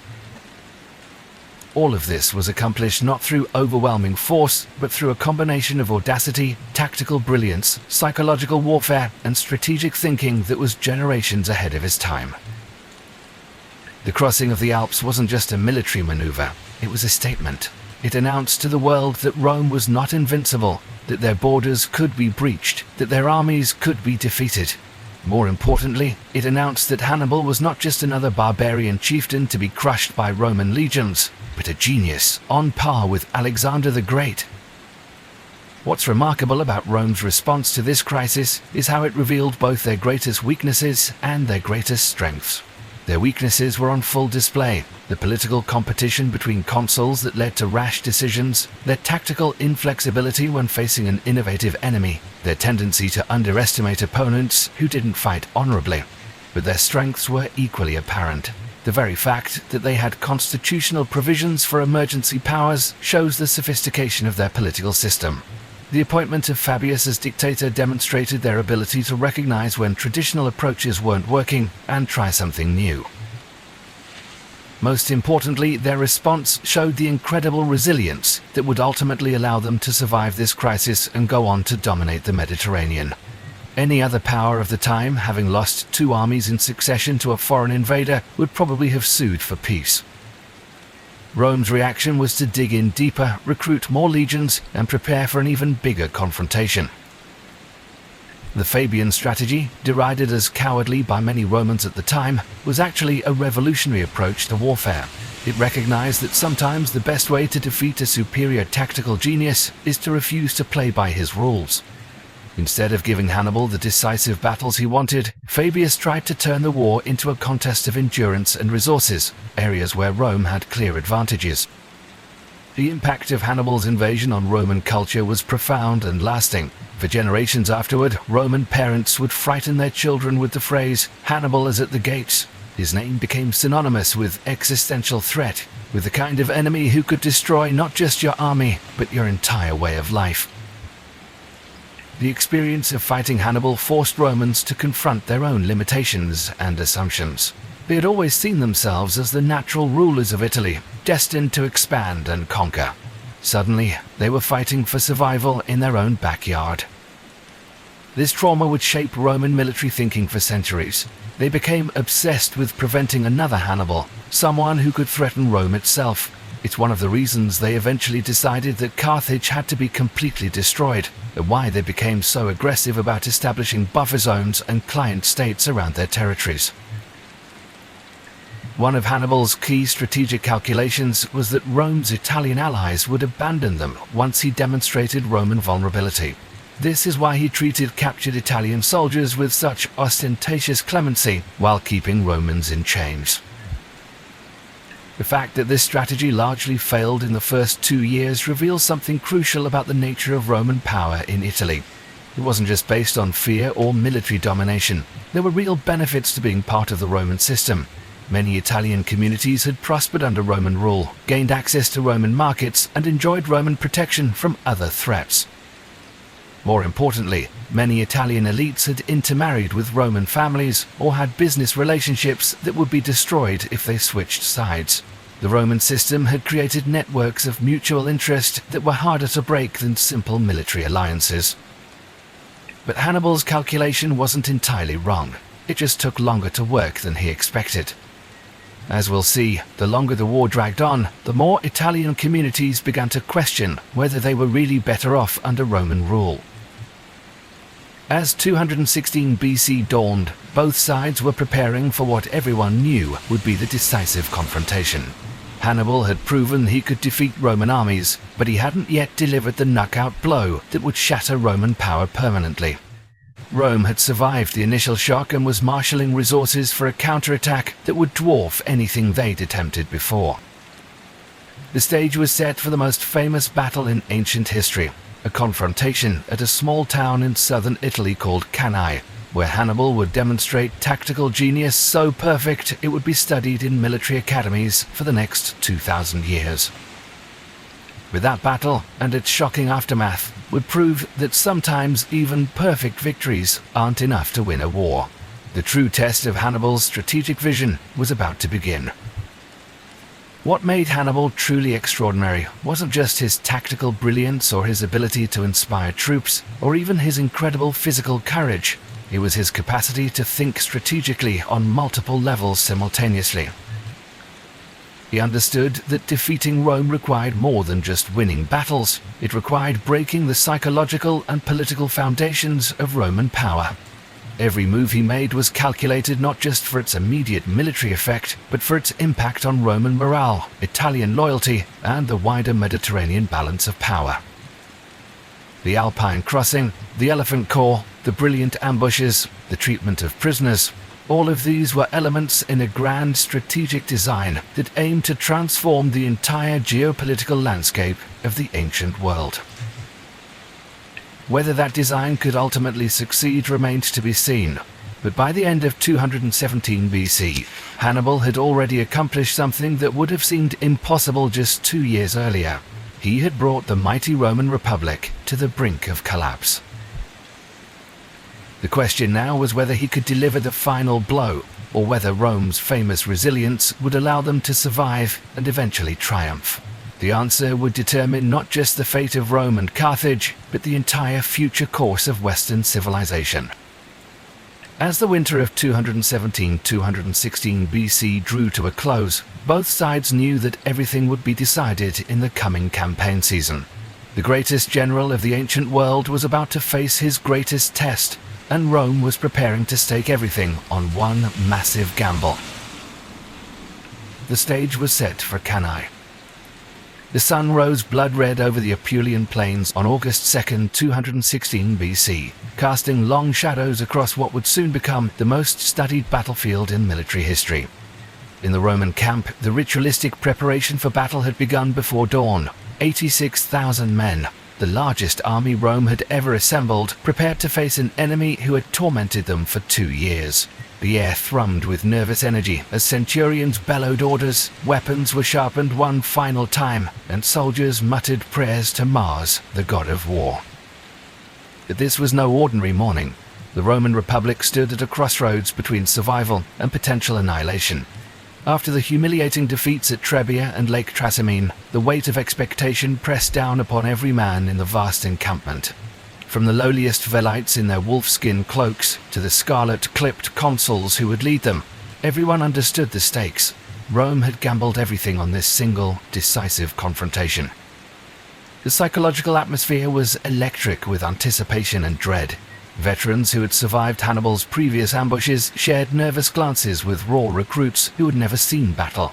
The sheer scale of the assembled force was both reassuring and overwhelming. Reassuring because surely no enemy could stand against such numbers. Overwhelming because the logistics of coordinating such a massive army in battle were staggering.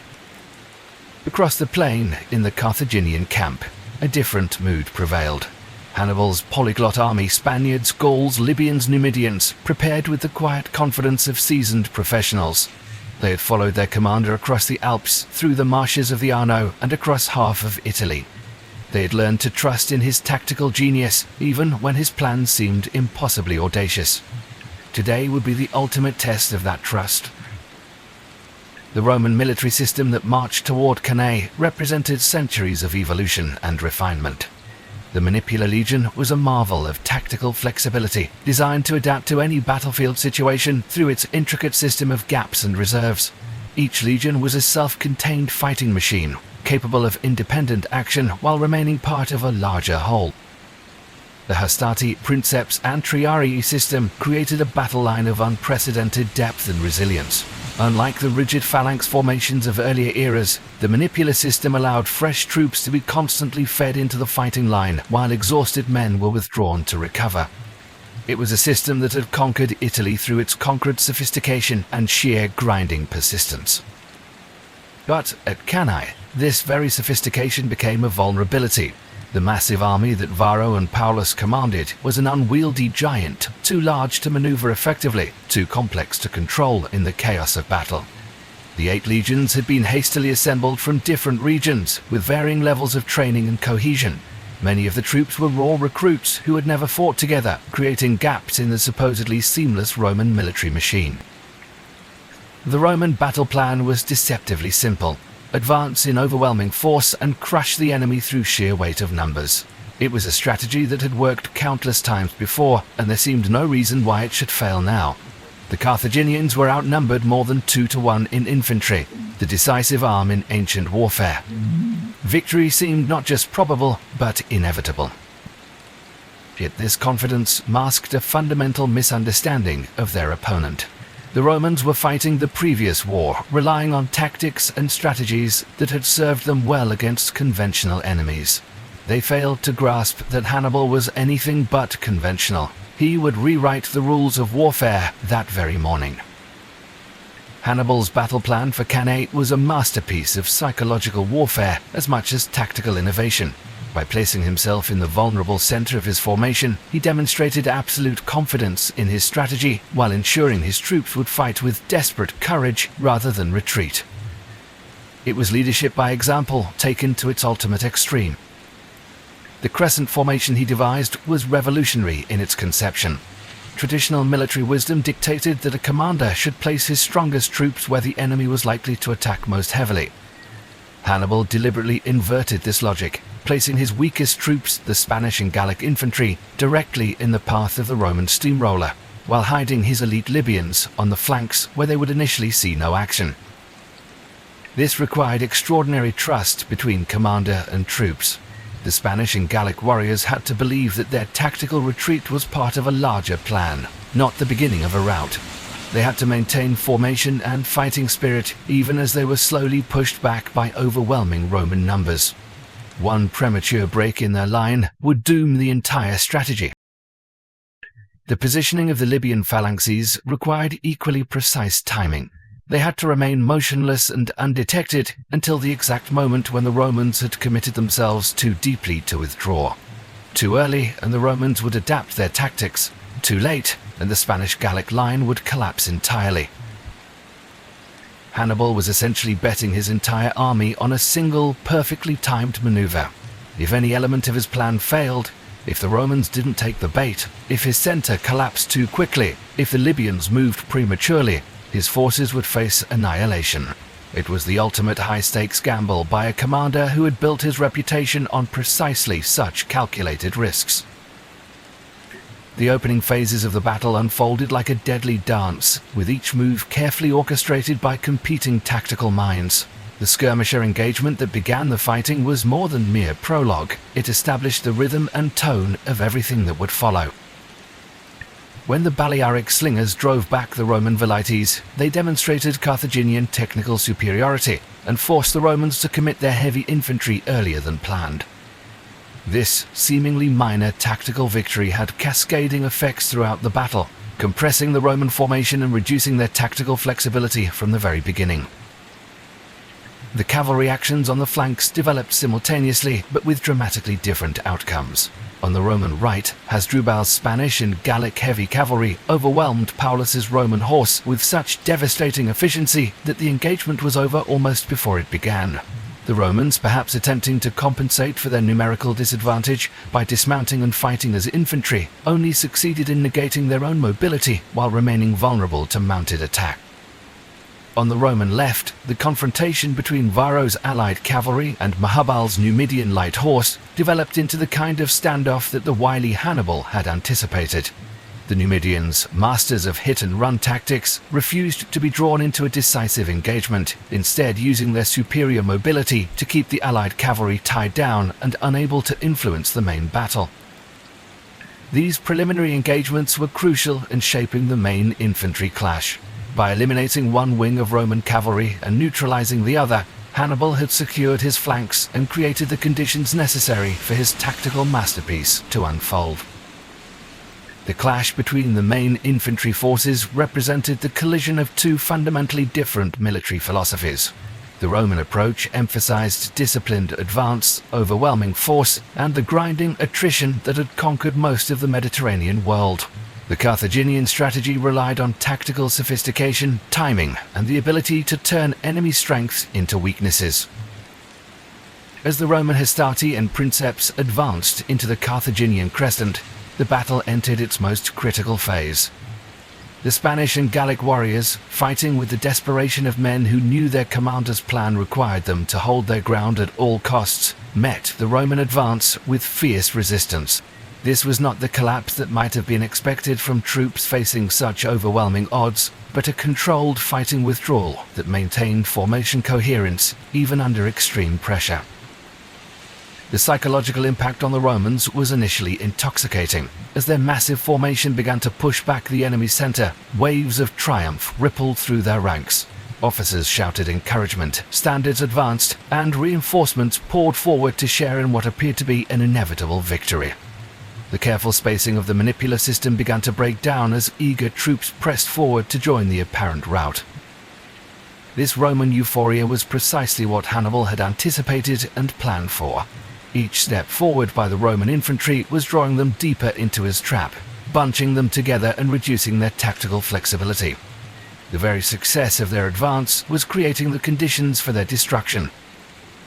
The moment when the Libyan phalanxes revealed themselves and struck the Roman flanks must rank among the most shocking tactical surprises in military history.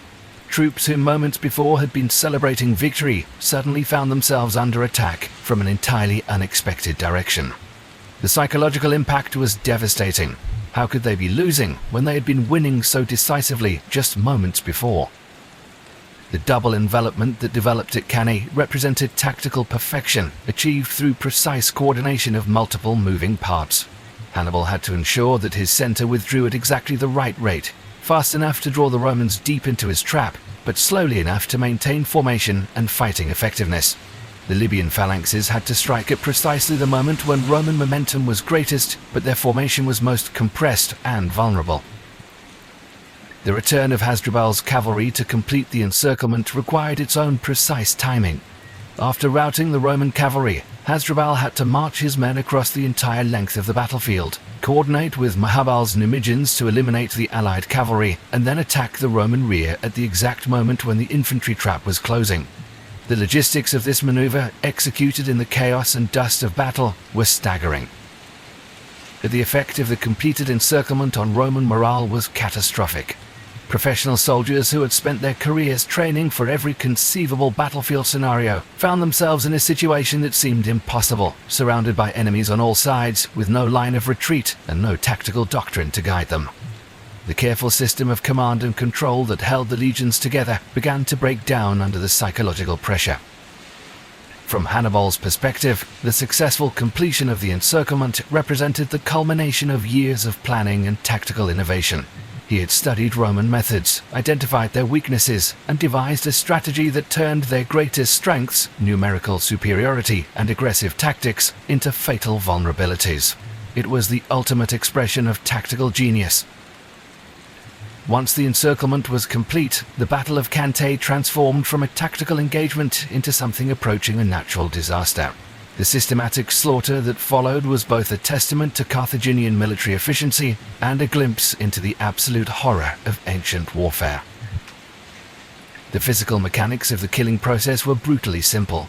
Trapped Romans could neither advance nor retreat effectively, while their attackers struck from multiple directions with complete tactical freedom.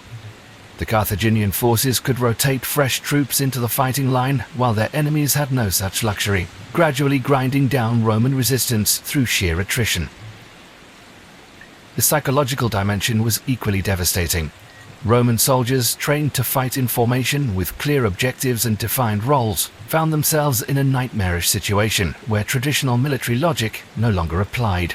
Officers who should have provided leadership and direction were themselves trapped and helpless. The carefully maintained discipline that was the foundation of Roman military effectiveness began to crumble under the weight of impossible circumstances. The physical conditions on the battlefield deteriorated rapidly as the slaughter continued. Bodies piled up, creating obstacles that hindered movement and provided grisly reminders of the fate awaiting the living. Blood mixed with dust to create a slippery, treacherous surface that made footing uncertain.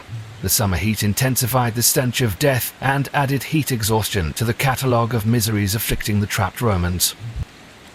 Contemporary accounts describe scenes that challenge belief. Men so desperate to escape that they buried their heads in the earth to suffocate themselves. Soldiers who continued fighting even after suffering wounds that should have been fatal. And the gradual breakdown of human reason under unbearable stress.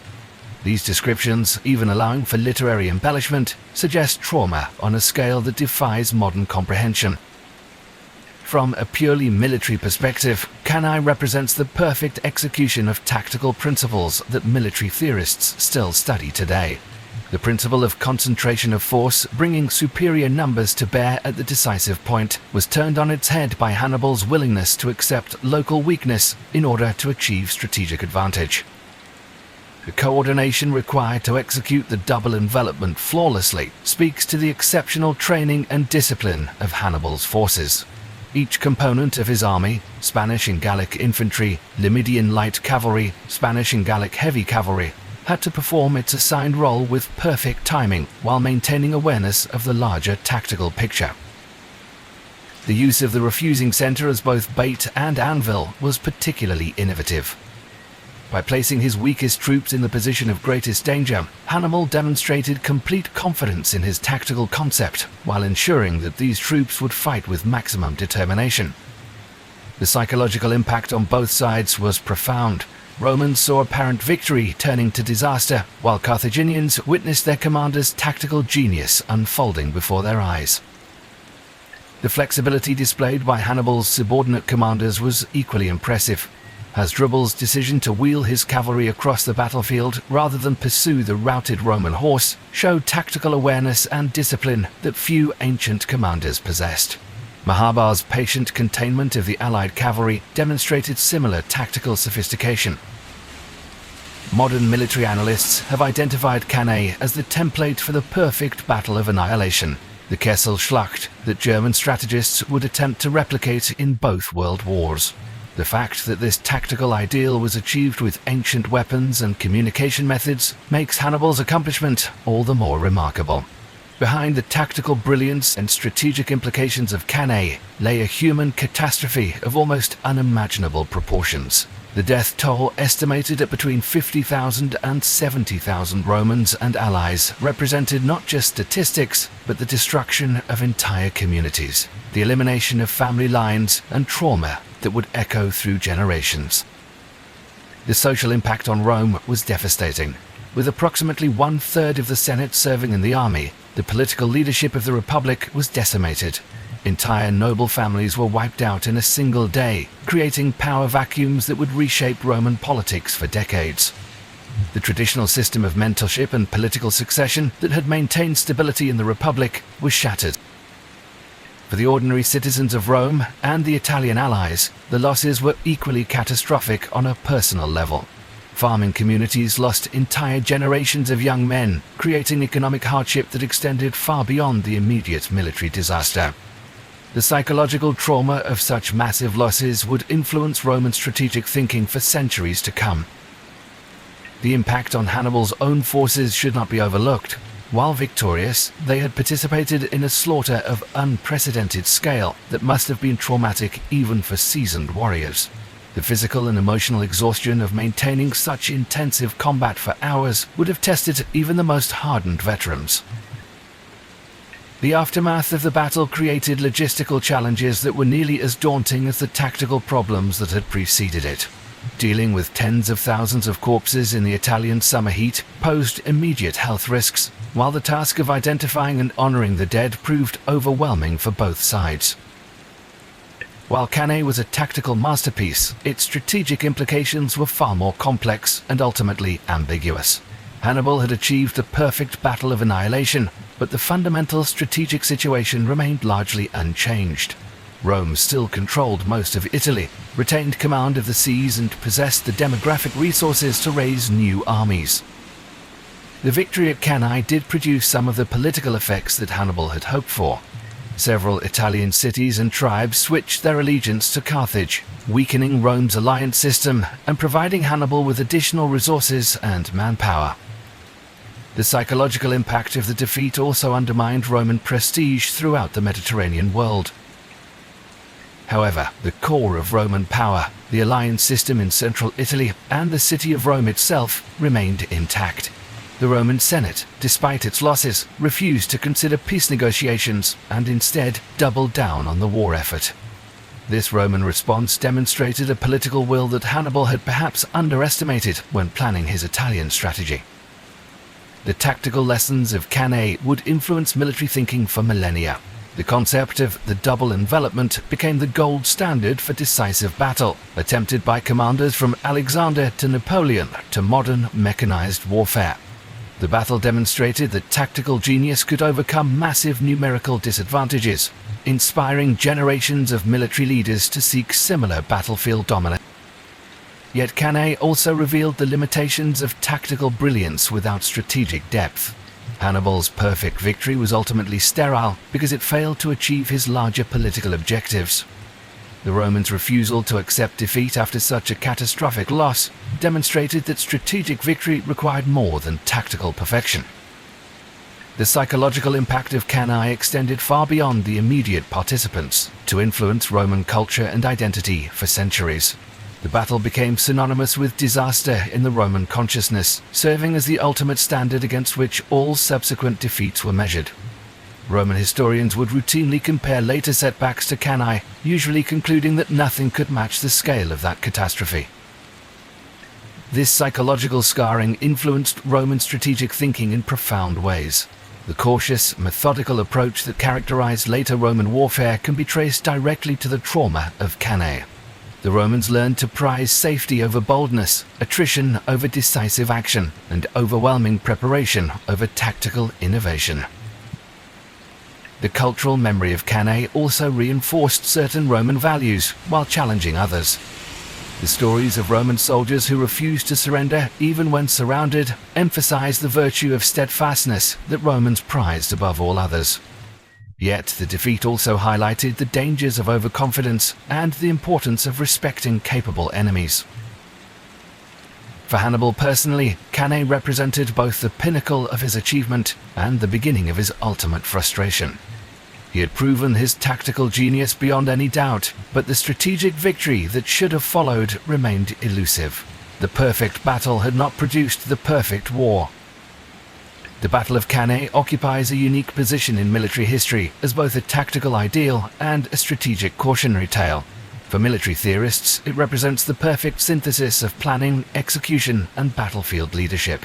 For students of strategy, it demonstrates the limitations of tactical excellence when not supported by broader political and logistical advantages.